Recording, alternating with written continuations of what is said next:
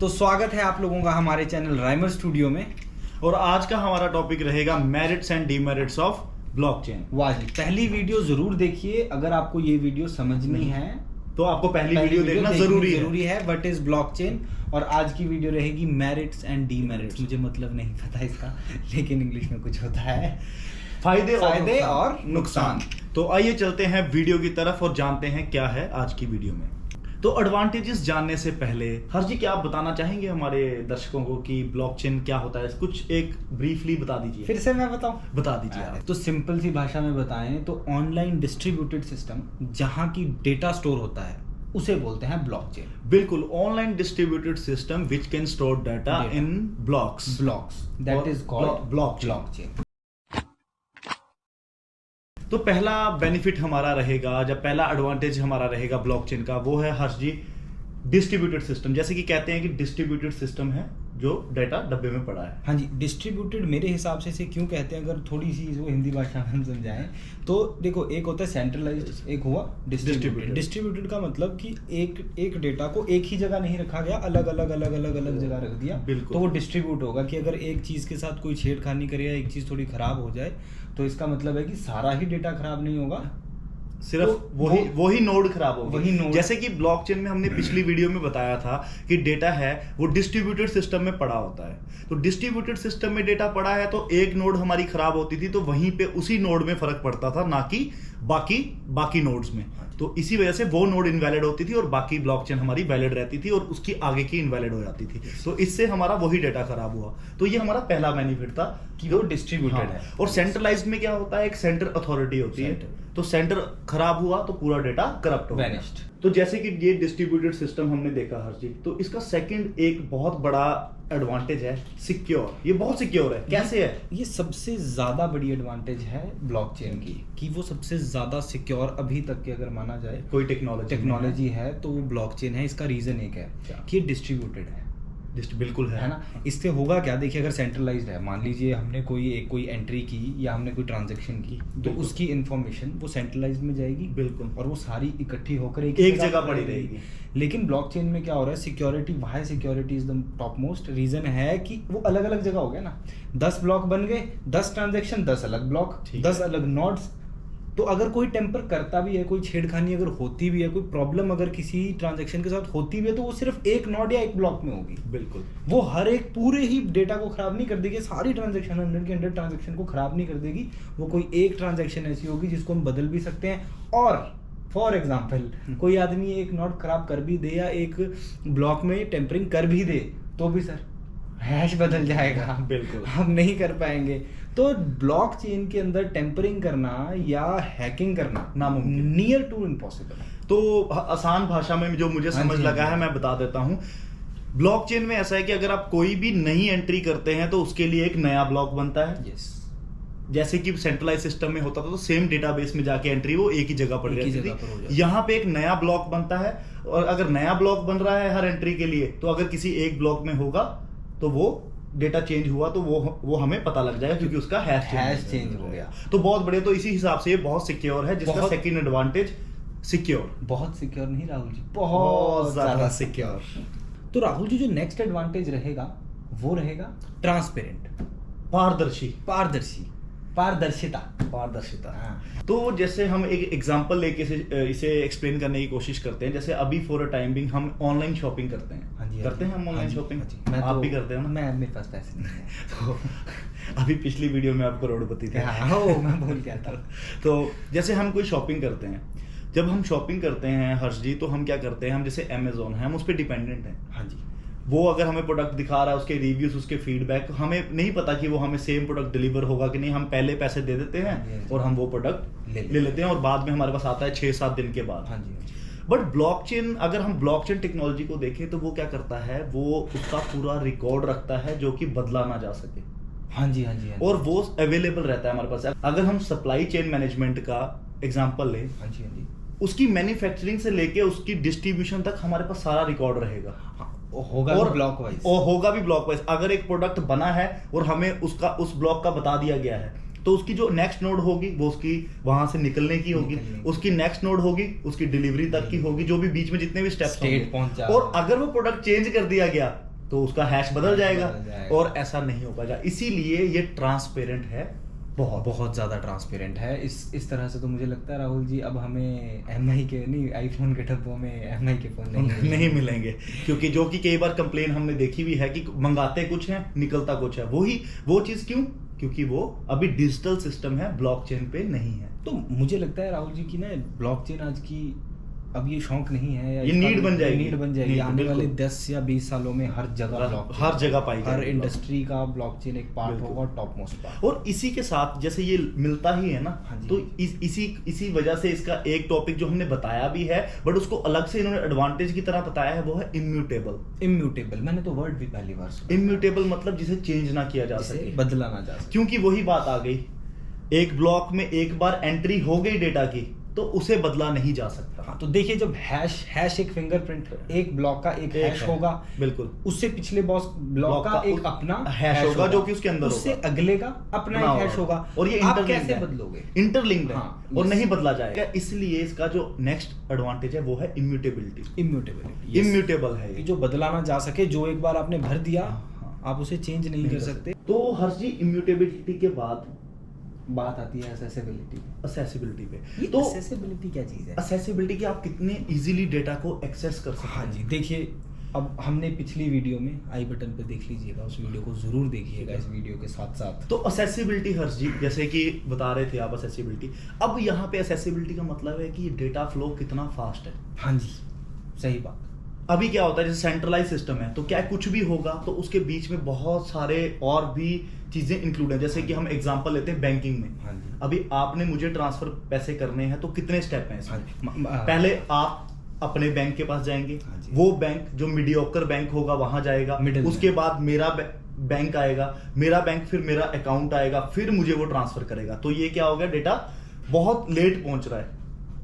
छोटी सी बात, मिडलमैन बहुत इंक्लूड। हाँ, तो मिडलमैन जो ब्लॉकचेन है वो डायरेक्ट पीयर टू पीयर है, तो इसकी वजह से इसकी एक्सेसिबिलिटी बहुत फास्ट है और ये लेजर है, पब्लिक अवेलेबल लेजर जो कि कोई भी देख सकता है। आप कुछ भी चीज कभी भी देख सकते हैं अगर आप उस ब्लॉकचेन से जुड़े हैं, क्योंकि इनको डर नहीं है कि इसमें कोई टेम्परिंग होगी, वो आप कोई भी देख सकते हैं। तभी शायद बैंकिंग एक ऐसा सेक्टर है जिसने सबसे पहले इस चीज को ऑप्ट करने का फैसला लिया है। और बिल्कुल सही, जो फ्रॉड्स हो रहे हैं, वो जो पैसे यहाँ से बाहर जा रहे हैं, जो लोग लेके भाग जा रहे हैं, अगर आप उस चीज को ब्लॉकचेन पे डाल दें तो मुझे नहीं लगता ऐसा होगा। हाँ जी, बिल्कुल सही बात। ये इसका तो हम वोटिंग में भी इस्तेमाल कर सकते हैं। बिल्कुल, वोटिंग में, और हम ये भी पता लगेगा कि हमारा वोट क्या काउंट हुआ कि नहीं हुआ, क्योंकि वो कितने वोट पड़े, कहाँ पड़े, कब पड़े, ये सारी इन्फॉर्मेशन। और वो वोट आपका जो आपने डाला है वो चेंज नहीं होगा, चेंज कभी भी नहीं हो पाएगा। ये तो बहुत ज्यादा एक्सेसिबल है ब्लॉकचेन। एक और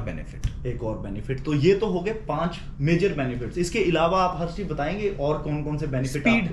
स्पीड वो एक्सेसिबिलिटी के अंदर आ गई, बहुत फास्ट, स्पीड बहुत ज्यादा है। बिल्कुल, जैसे मैंने अभी आपसे पूछा था कि कुछ और बेनिफिट्स, जैसे आपने बताया कि गति के बाद आप रुक गए। गति के बाद जैसे कि ट्रस्ट। हाँ, अगर इतनी सिक्योर है तो लोगों का ट्रस्ट तो जरूर, लोगों का ट्रस्ट बहुत रहेगा इस चीज पे, कोई प्रॉब्लम नहीं है। और जहां पर ट्रस्ट होगा वहां पर ऑटोमेटिकली ये ब्लॉकचेन सच में एक बहुत अच्छा कंसेप्ट है, फ्यूचर वर्ल्ड वाइड यूज होगा। मतलब बहुत सारी प्रॉब्लम्स, बहुत सारी जो हमें दिक्कतें फेस करनी पड़ती है। तो जैसे इसमें एक बेनिफिट और है, चलो हमने तो टेक्निकल भाषा में तो हमने इनको बता दिया, तो हम रियल वर्ल्ड एग्जांपल में, जैसे कि हम अभी जमीन की रजिस्ट्री कराते हैं, जमीन की रजिस्ट्री कराते हैं, और अगर उसका जो रिकॉर्ड देखा जाए, चलो हम मानते हैं हमारी सरकार उसे डिजिटलाइज भी कर देती है, अगर डिजिटलाइज भी कर दिया बट वो सेंट्रलाइज पड़ा होगा, देखिए रिकॉर्ड टेम्पर हो सकता है। कोई भी रजिस्ट्री हो गई, कुछ भी हो गया, एट द एंड तो कागज पे हो रहा है ना। हाँ, कागज से फिर डिजिटल चढ़ा रहे हैं, तो कोई भी कुछ भी कर सकता है। अगर सेंट्रलाइज्ड है तो वो उस रिकॉर्ड को चेंज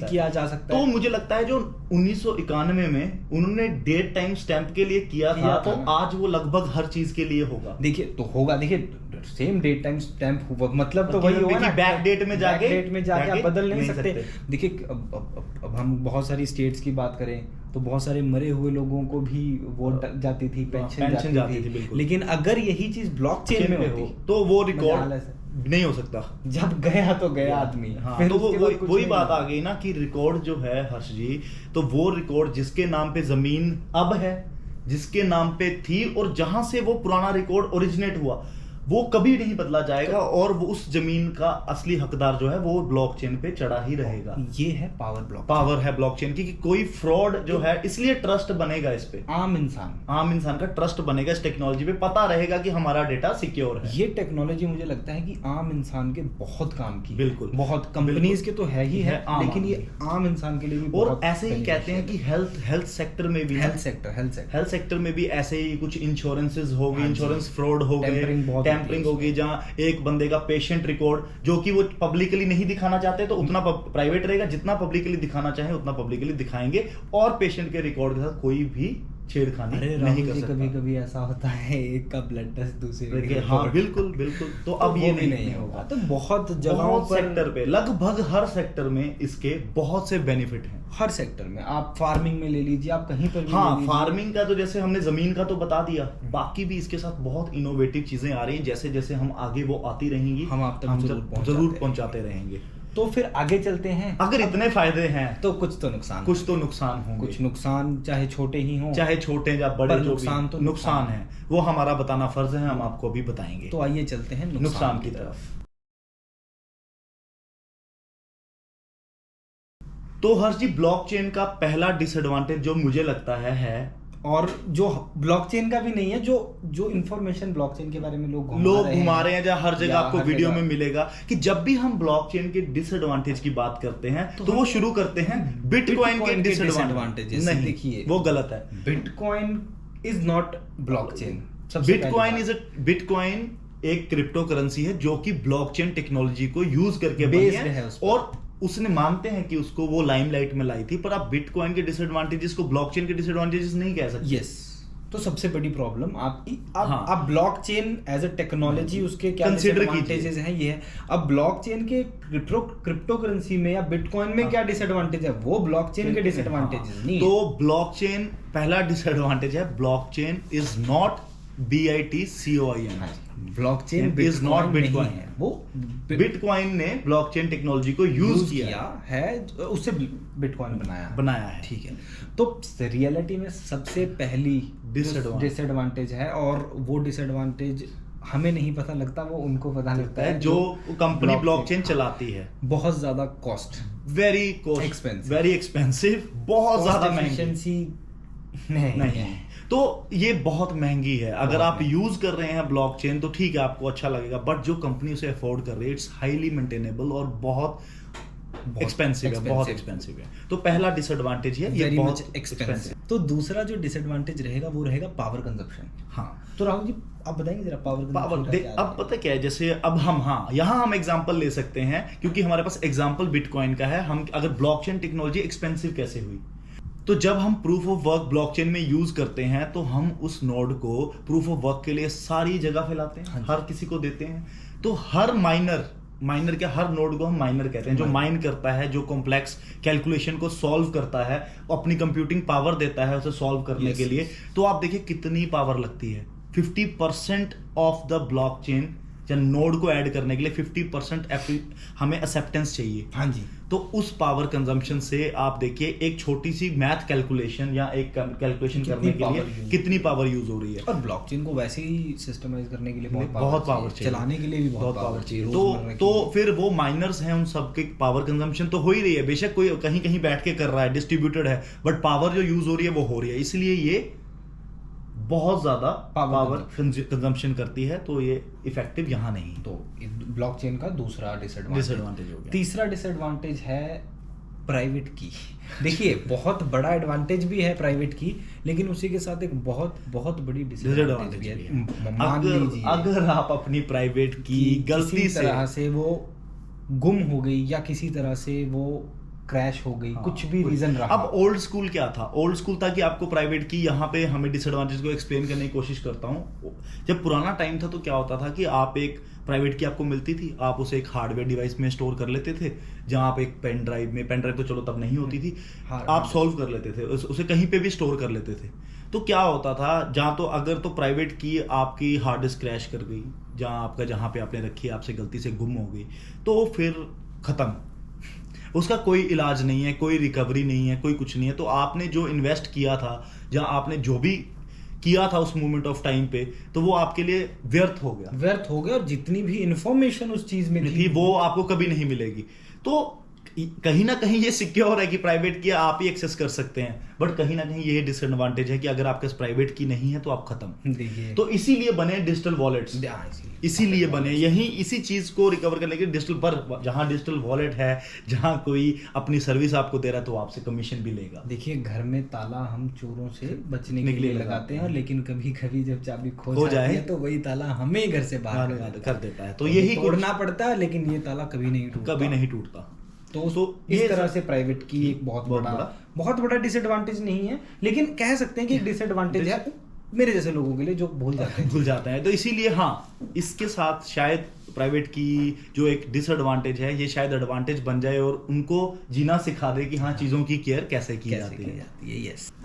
तो हर्ष जी, इसी के साथ एक एडवांटेज तो इसका हमने देखा था कि ये मिडल मैन को बीच से निकाल देते हैं और ट्रांजैक्शन फीस हमारी बचा देते हैं, person to person, peer to peer. देखिए ये डिसएडवांटेज उन लोगों के लिए है जिनकी रोजी रोटी कमीशन से चलती थी, अनएम्प्लॉयमेंट। तो अब जैसे देखिए इसका एक एडवांटेज था पीयर टू पीयर, जैसे आपने बताया हर जगह पर्सन टू पर्सन चलेगा। अभी क्या है, नहीं रहता। अभी क्या है, मैं इंडिया बैठा हूँ, मेरे बहुत सारे दोस्त बाहर बैठे हैं। हाँ जी। तो अभी वो क्या करते हैं, मुझे पैसा भेजते हैं। हाँ जी। मुझे 2-3 दिन बाद पैसा मिलता है और $4-5 भी कट जाते हैं। हाँ, तो अगर वो मुझे $100 भेज रहे हैं, मुझे 94 रिसीव होते हैं, $6 खा लिए मिडल ने। हाँ जी। और वो पर उन्होंने पेपाल ले लो, ट्रांसफर वाइज ले लो, रिमाइटली ले लो, बैंक ले लो, जो भी फीस होती है। अगर हम बैंक से भेजते हैं वो $30 हमें चार्ज करते हैं वायर ट्रांसफर के।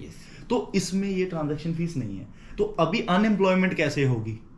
हाँ जी, हम पीयर टू पीयर कर देंगे ट्रांजैक्शन, हमें बैंक नहीं चाहिए, हमें कोई थर्ड पार्टी नहीं चाहिए, नहीं चाहिए मिडलमैन। तो वहां जो अब बैंक है, एम्प्लॉइज तो हैं, काम तो करते हैं, और इस डिपार्टमेंट में भी है फॉरेन एक्सचेंज में। यस। तो वो चीज करती है कहीं ना कहीं। ये आने वाले टाइम में इन लोगों के बीच में हम इसको बैंकिंग में हम इसे नहीं लिमिट कर सकते। हर जगह कल को आप ये मेडिकल उसमें आएगा, वहां पे भी बहुत इंश्योरेंस एजेंट्स हैं, एजुकेशन में जाएगा, वहां भी बहुत मिडलमैन, हर जगह मिडलमैन का काम खत्म हो जाएगा, तो अनएम्प्लॉयमेंट रहेगी, जो कि आजकल वैसे ही बहुत बड़ी इशू है और ये उसको बढ़ावा देगी। तो these are the 4 disadvantage, main disadvantage. सबसे मेन था पहला वाला कि ब्लॉकचेन बिटकॉइन नहीं, बिटकॉइन ब्लॉकचेन की टेक्नोलॉजी बना है। तो हर्ष जी, हमने इस वीडियो में मेरिट्स और डिमेरिट्स, नुकसान और फायदे और नुकसान क्या हैं ब्लॉकचेन के, और जो हमें पता था, जहाँ हमें समझ आई, हमने आपको बता दिया। बाकी अगर आप पढ़ते हैं, आप देखते हैं कहीं से कुछ मिलता है तो हमें कमेंट्स जरूर बताइएगा, कमेंट्स में, और पर्सनल मैसेज भी कीजिएगा राहुल जी के इंस्टाग्राम आईडी पे, और आप हर्ष जी को भी फॉलो कर सकते हैं अगर मैं मिलूंगा आपको यूट्यूब पे। Thank you for watching our video.